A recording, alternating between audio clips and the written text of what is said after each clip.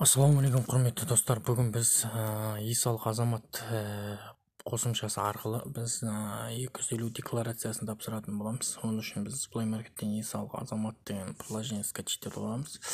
Оның мына жерде төбе жағындағы үш сызықша жолақшаны бассаңыз, төменгі жағында мынандай тіл тұрады. Тілден қазақ тілін өзіміздің тілді таңдап аламыз.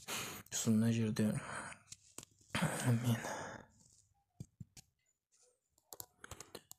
біз мына жерден өз декларация тапсыру дегенді басамыз. Сол жерде мына жерде ЭЦК арқылы пароль осындай түрлер тұрады. Біз SMS пароль арқылы дегенді басамыз. Мына жерге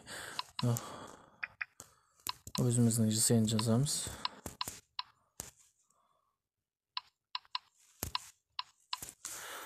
Потом кіру тіркелу дегенді бассаңыз, сізге нөміріңізге үш жерге SMS келетін болады. Мысалы SMS-ті мына жерге SMS код дегенге жазып жібереміз.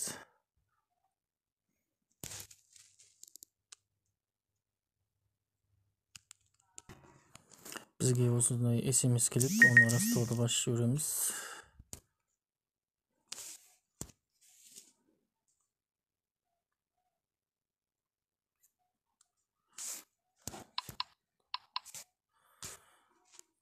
Кодты жазғаннан кейін бізге осындай бетіне пароль қоюды сұрайды. Парольді қоямыз. Сосын үш жерде декларация тапсыру дегенді басамыз. 250 активті міндетті тұлғалар декларациясы дегенді басамыз. Мына жерде мысалы 2022 мына жерге бастапқы бізде реквизит, сосын мына жерге санатына жатпайтын, мына жерге Қызылорда, мына жерге басып жалғастыруды басамыз. Мына жерде айлық есептік көрсеткіштің 10.000 еселенген мөлшерден аспайтын сомадағы қолма-қол ақша туралы мәлімет дейді. Мына жерде қолма-қол ақша туралы мәлімет қосатын болсаңыз, данный момент бізде қолма-қол ақша ештеңе жоқ, банк шоттарда да ештеңеде ақша жоқ. Сондықтан біз жалғастыруды басамыз.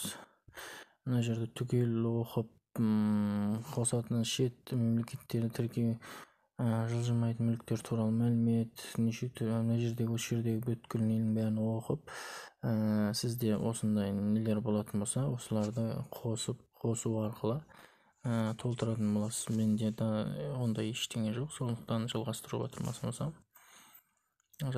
тұрмасын басқаннан кейін мына жерде SMS көмегімен қою және жіберу дегенді басам. Сол кезде бізге SMS келеді.